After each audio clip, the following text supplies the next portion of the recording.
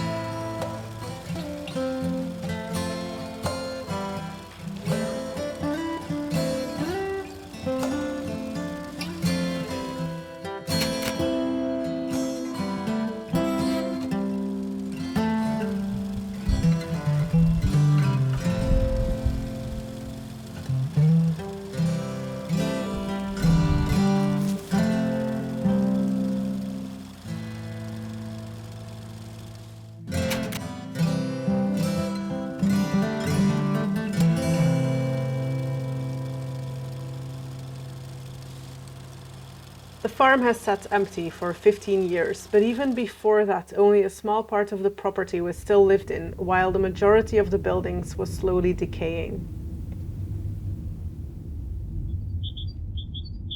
We've now lived on our Italian farm for a year. As we spent the first 6 months following buying the farm, splitting our time between the Cascina in the Netherlands, this is essentially a 52-week or sort of a year overview. This is the story of our imperfect progress during those 52 weeks.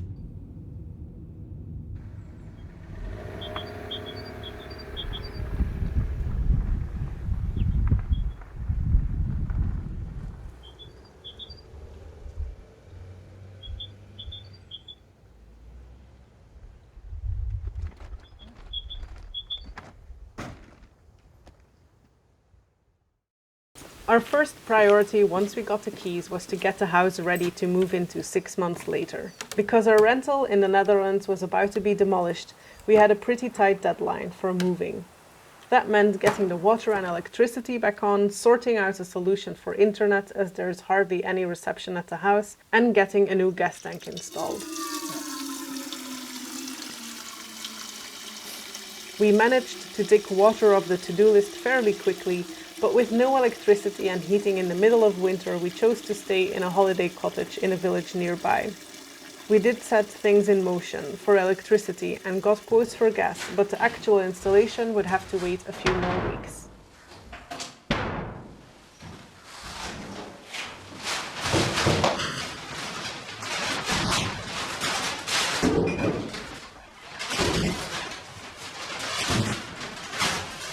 Our farm was still full of things when we bought it, each item telling stories of daily life on this hill over the past 100 years. We had to start cleaning out and reorganizing the stuff that was left behind to make space for our own things. So we began what would become an endless game of renovation Tetris, moving things to a new place and then moving them again and again later. And mortar number 2.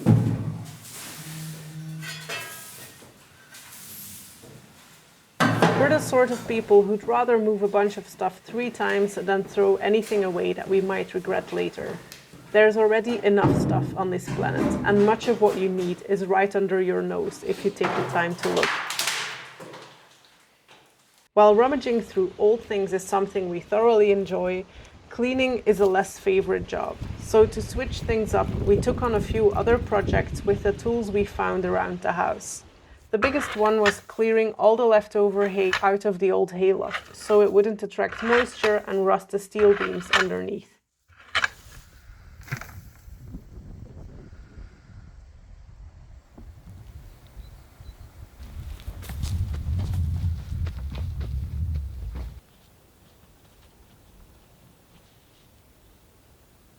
We also took down a few branches of a tree that was damaging the roof. In our enthusiasm, we went at it with a handsaw.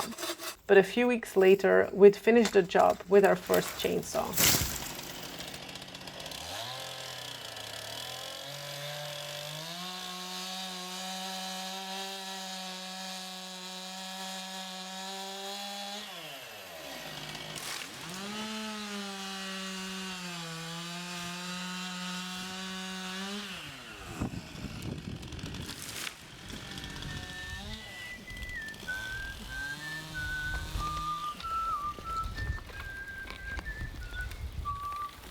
March was a pretty big month, as we finally got electricity and spent our first nights sleeping at the farm.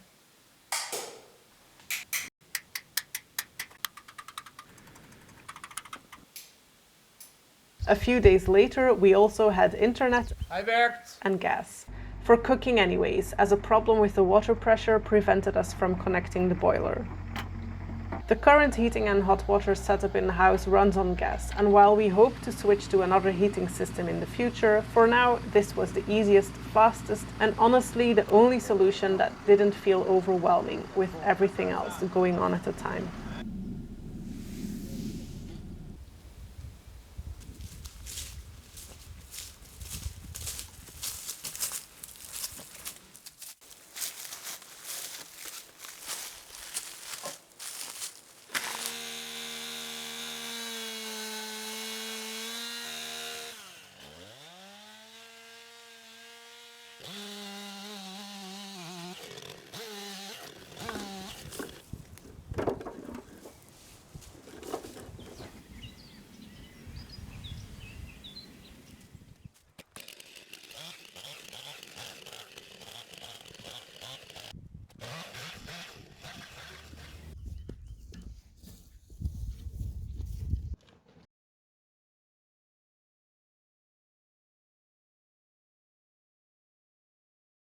When we were house hunting, one non-negotiable was finding a place that was at least partly livable. We didn't fancy the idea of living in a tent for ages while renovating the property, and renting nearby is costly and limited in options. Plus, being in the space as we work on it gives us a better feel for how we naturally use it and what changes we want to make. The clearing out that we had started in January continued in the kitchen and bathroom and in the old farmhouse that we'd planned on using as temporary furniture storage during the move.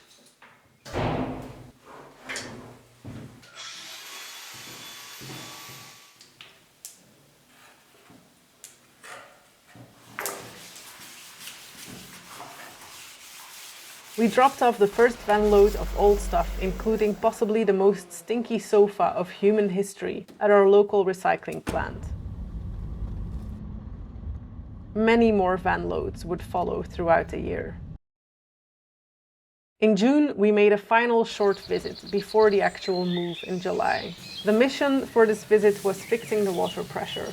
Washing yourself from a bucket of water heated on the stove is bearable for a little while, but the romance of it wears off rather fast.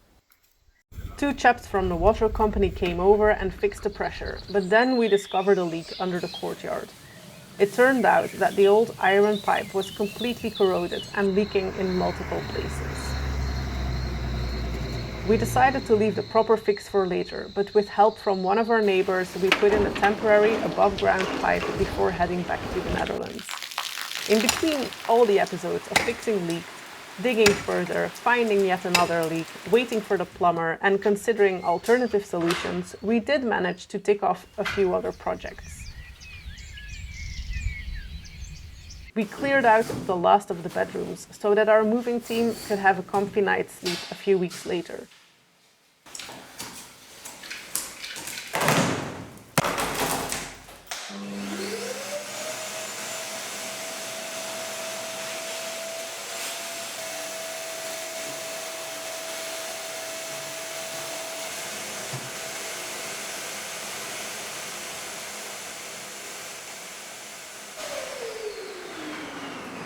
Replaced the pretty grim toilet seat with a new one and cleared out the hen house.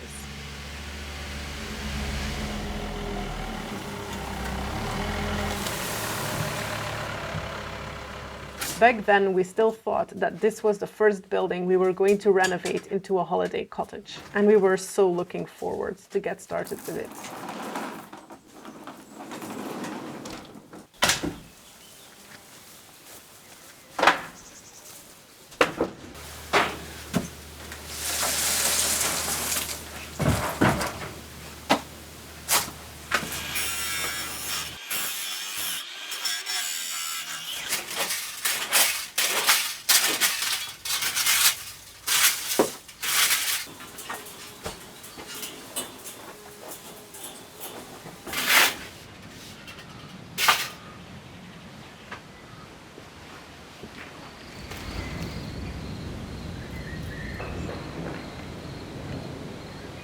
Our move was a little bit of a logistical circus because we weren't just shifting things from point A to B.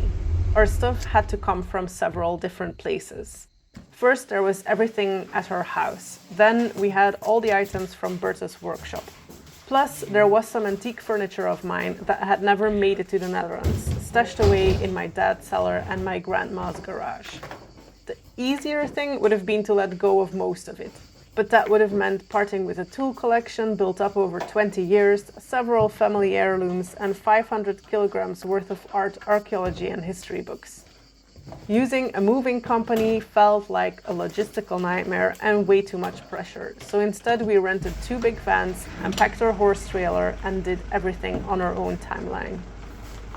With the unpacking, we then filled the spaces that we had cleared out a few months before, so it really looks like nothing changed there, and they have been in more or less the same state ever since.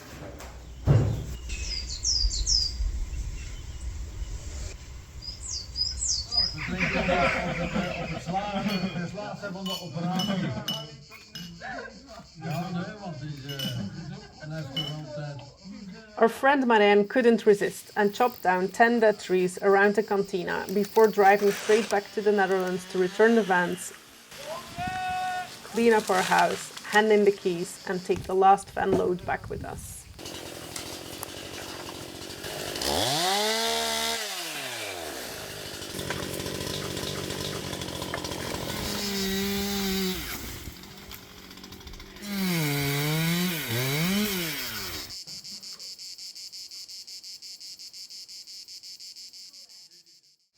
Driving 5,000 kilometers in a week on barely any sleep left us absolutely knackered, so the first half of August was all about catching our breath after that intense move.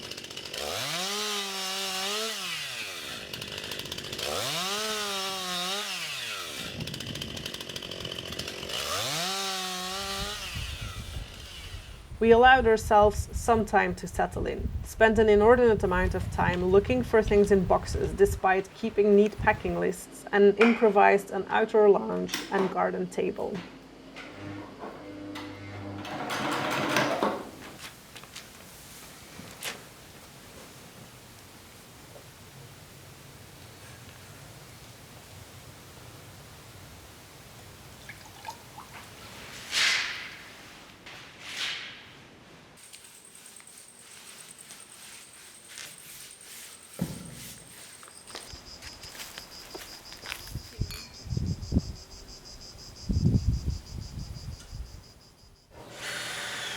We patched up the biggest hole in the cantina roof, and we also did some basic house improvements in the bathroom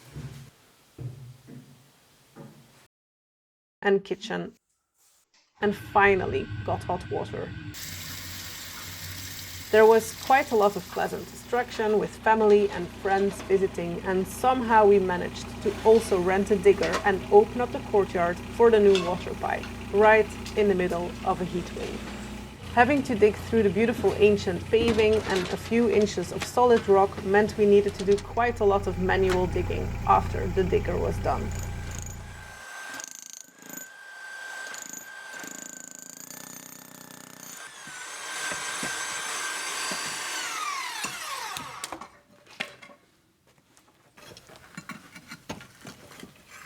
In the future, this pipe is only going to serve the 2 garden taps connected to our off-grid cistern.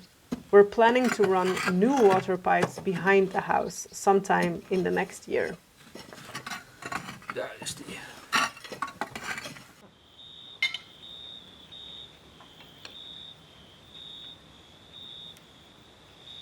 Wel lekker. Ja.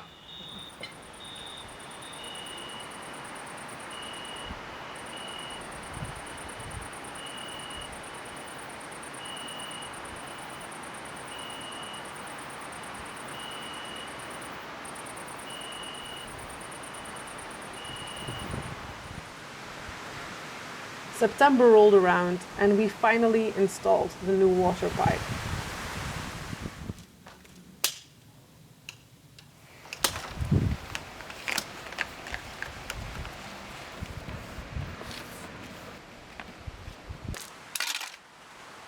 We closed up the trench, laid stepping stones, and shifted some of the massive pavers that came out when we dug the trench. By this time, the disordered workshop was driving us mad with its chaos, so we decided to sort it out. We spent hours organizing tools, not just our own, but also the ones we inherited from the previous owners.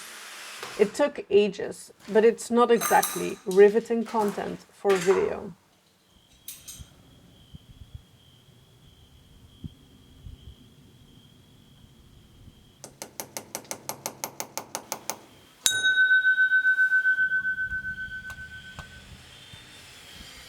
Living out of boxes was getting annoying, so we tackled a few small projects in our bedroom, fixing nightstands and adding shelves to the old wardrobe. Finally, we could unpack our clothes and stop dressing out of cardboard. We also did a bit of sprucing up in the guest room to make it more welcoming for Berta's parents.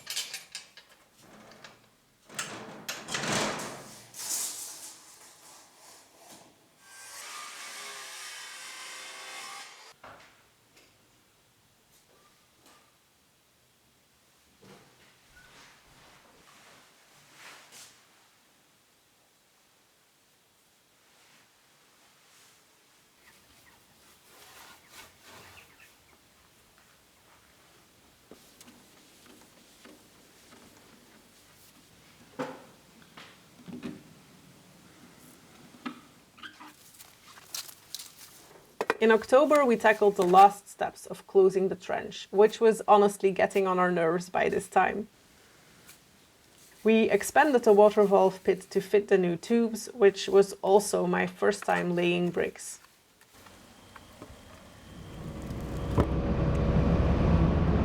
We picked up 400 kilograms of compost and planted the trench. I'm so happy I ignored all the common sense and went ahead with it. The logical thing would have been to wait until after we redo the facade or until after we replace the asphalt with something less ugly. But it's been such a joy this spring to see flowers bloom and butterflies flutter about. Our other main project for the month was restoring the bathroom window. This one was a test run. We wanted to see if our woodworking skills were up to the task and if we were ready to retrofit all our single glazed windows on the first floor with double glazing this summer. We're ordering said double glazing as we speak. It's pretty.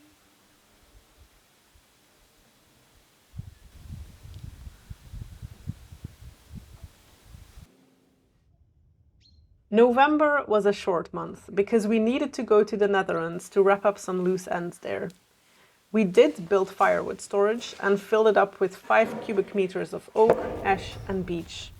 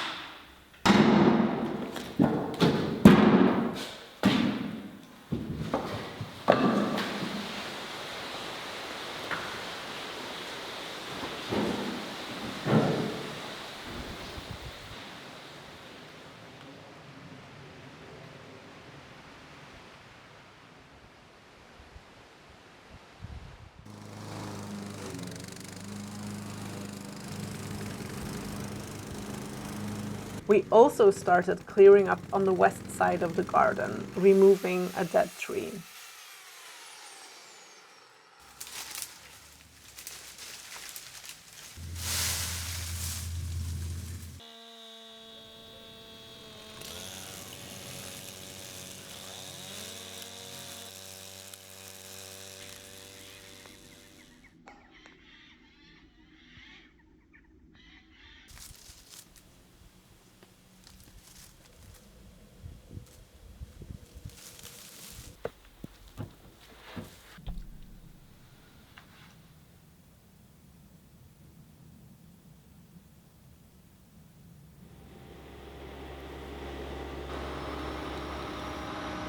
And we were surprise treated to a new patch of equally ugly asphalt.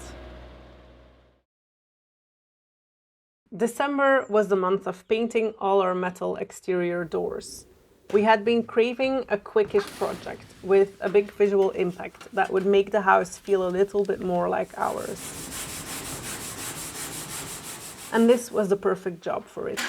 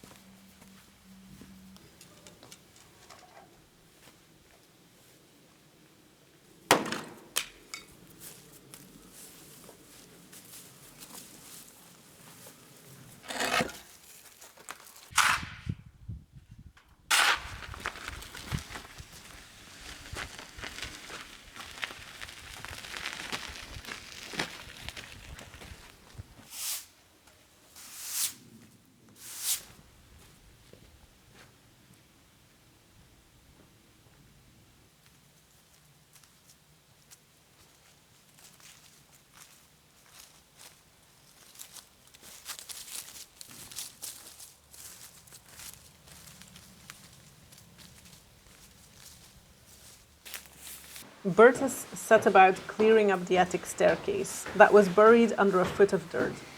This job was part of a bigger mission to clean and insulate the attic of the new house this year and to fix some leaks in the roof of the old house. I'm feeling like an archaeologist. Maybe I should call Isis because she's the one of the two of us that is an archaeologist. 5. Ah, we have a pair.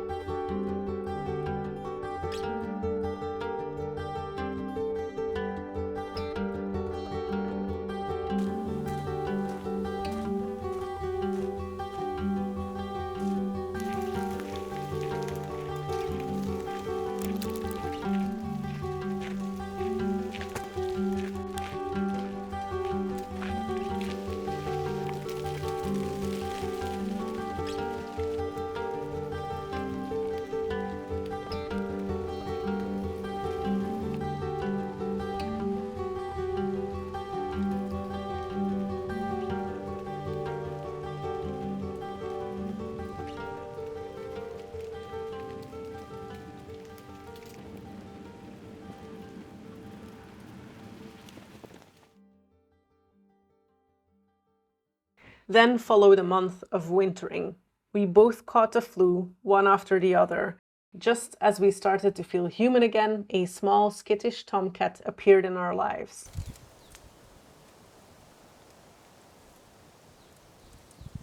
We named him Veluto.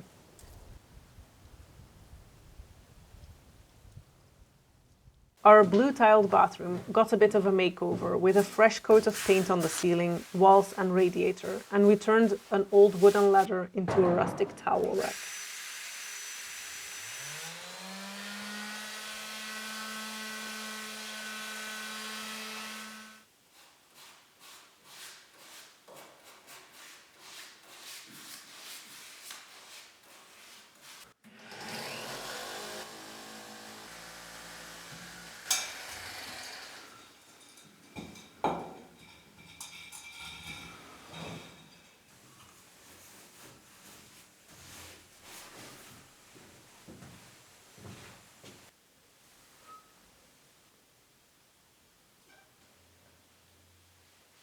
Bertus tackled insulating the big iron workshop doors, a job meant for December but delayed due to a late delivery. We had the chimneys cleaned and finally got our Italian residency, Italian ID cards and social security paperwork done. And in between all that, we sat down to revise our plans for the house, draw new floor plans and talk to our geometra. Initially, we thought we'd create several smaller holiday units, each with its own private kitchen and garden. But after a few months of living here, uncovering its history, and hearing our neighbors' nostalgic tales of the Cascina from 20, 30, 40 years ago, we realized that it should once again be a place that brings people together. This house needs a large kitchen that is the heart of it all, with a long dining table that seats many. It could be a place for creative retreats, courses, or family gatherings. But to get there, we will need to take it in steps. And the first step is to create a single self-catering holiday apartment on the ground floor of the house.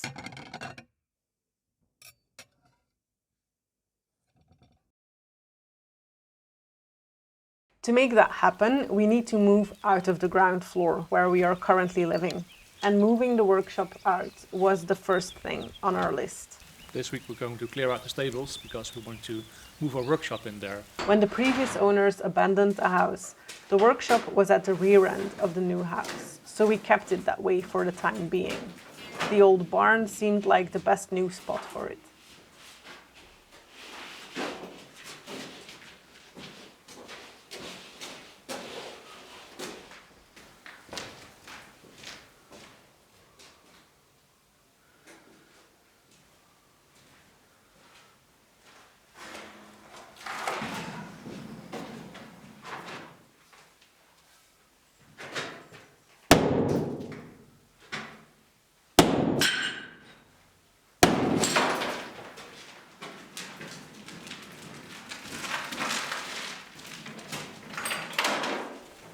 On one of our many visits to the local recycling station, we found a small wooden table that had the perfect size to turn it into a bathroom vanity.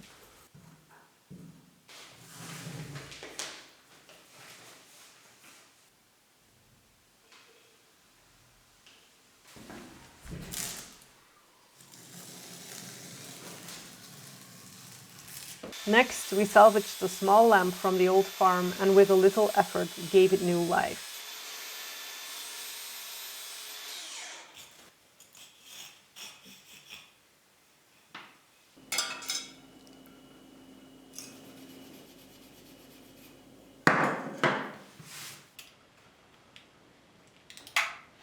Because this bathroom will get a complete makeover later that will involve moving the door to another spot, we're sticking with a minimal budget.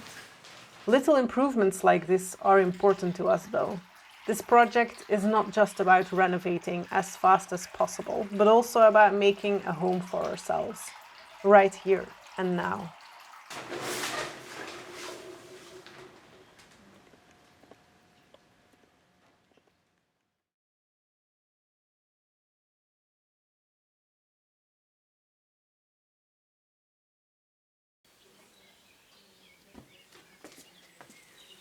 March was busy with lots of visitors. My dad came over for a week to help with cleaning the attic and chipping off the old cement render on the barn walls.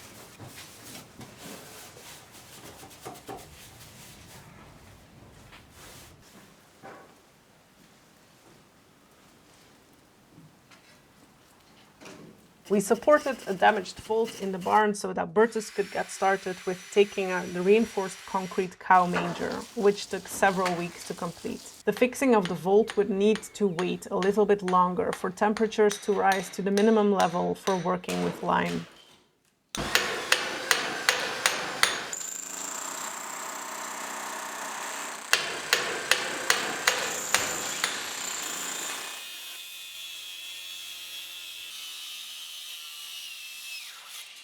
We were treated to some really lovely spring weather that we used to clear up the totally overgrown and bramble colonized West Terrace.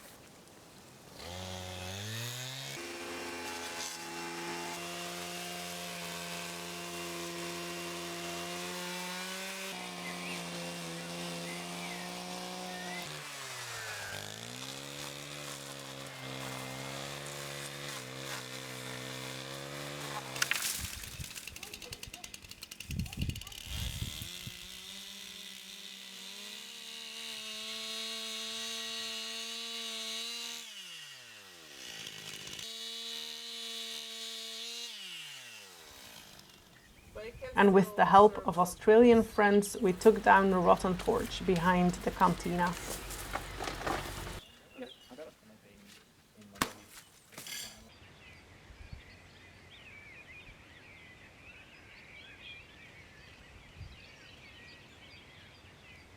Remember those 12 trees we cut down last year? We finally got around to processing them into firewood.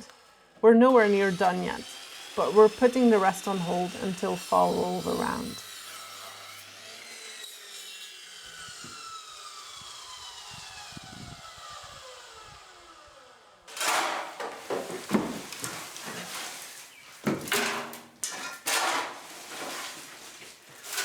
On a rainy day, we took on the indoor job of taking down 3 tons of timber that were stacked on the Polaio ceiling beams.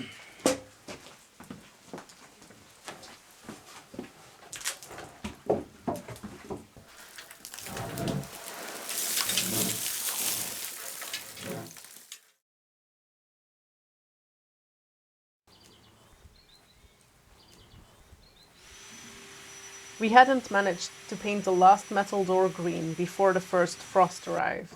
The double doors of the big warehouse were saved for a few days in April when we had extra help.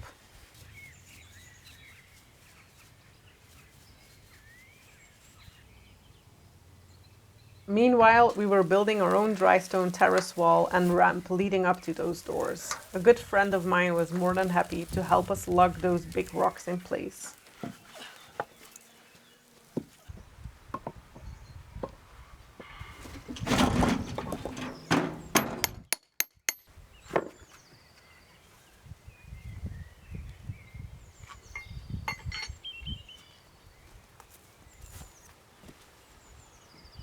By now, temperatures were high enough to work with mortar, and we got round to fixing the loose bricks in the vault of the barn, stabilizing it and preventing further decay.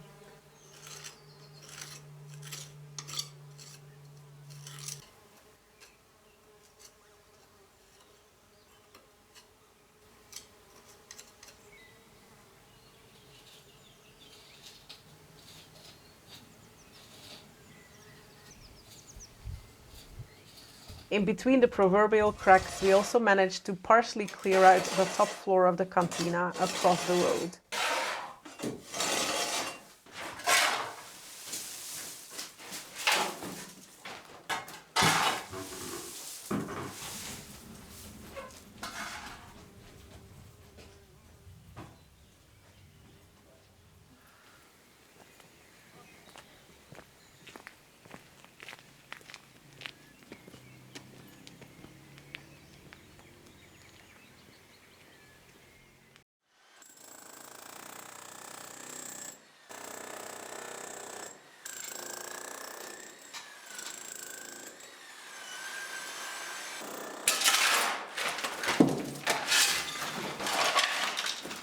After weeks of graft demolishing those old cow mangers, they were finally gone.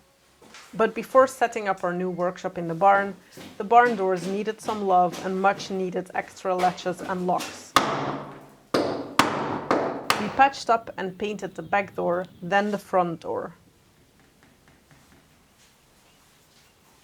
We made our own natural mineral paint. It took a little experimenting to get the color just right, but now we have settled on a recipe that we'll also use to paint our new shutters this coming winter.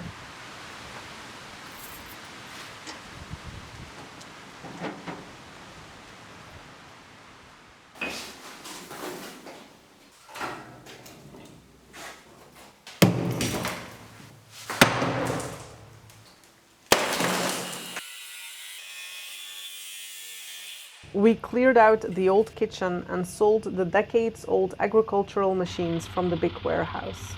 And we turned this newly freed up space into a timber yard with all the wood we found in our outbuildings. Bertus repurposed the metal pipes from the cow mangers to build a shelving unit for our scrap wood and used the same pipes to create a shelving unit in the barn for our tools.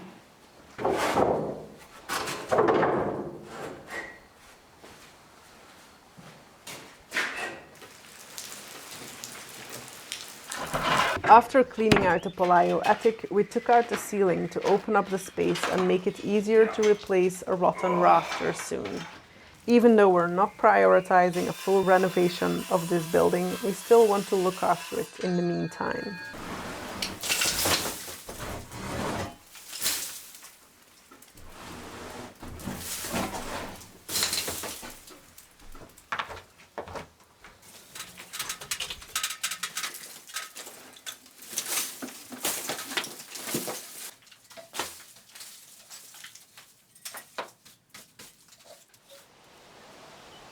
The workshop is far from finished and we'll keep tinkering with it whenever a project demands it.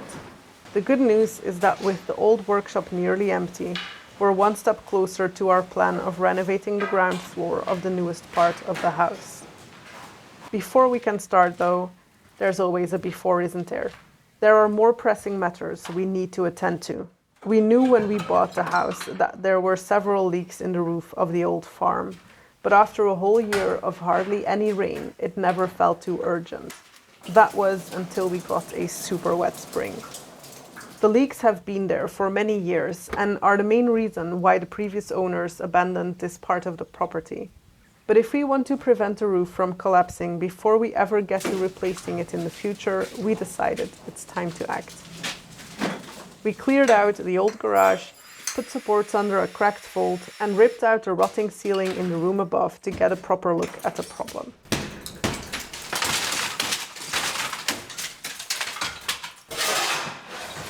Fixing the leaks and replacing the tiles is one of the things on the agenda for the coming months. As we were emptying out the garage and needed somewhere to put all our garden tools, we decided we might just as well turn the now clean Palaio into a lovely potting shed for the foreseeable future.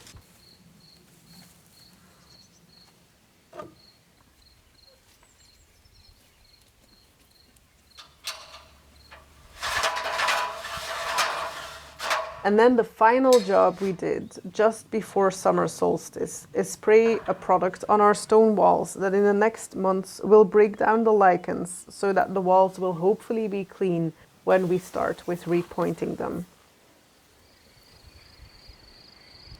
We've been asked often about our plans, about what exactly our project is, about what precisely our vision is. And we've come up with answers, but in truth, none of them feel right because all of it is still unfolding. We've bought this place because of possibilities and not certainties. We've started this adventure because a life closer to nature, continuous learning and building new skills feels like the journey that we need to be on. It's what feeds our souls and it's what brought us together. Many will think that it's crazy and naive or perhaps even stupid to take on such a big project with little experience and without a neatly laid out plan. But to us, it feels refreshingly liberating. And it's a kind of freedom we'd like to see more of in the world. The freedom to follow the road that you can feel under your feet without being able to actually see it yet. This is the start of year 2. Simply putting one foot in front of the other on that path.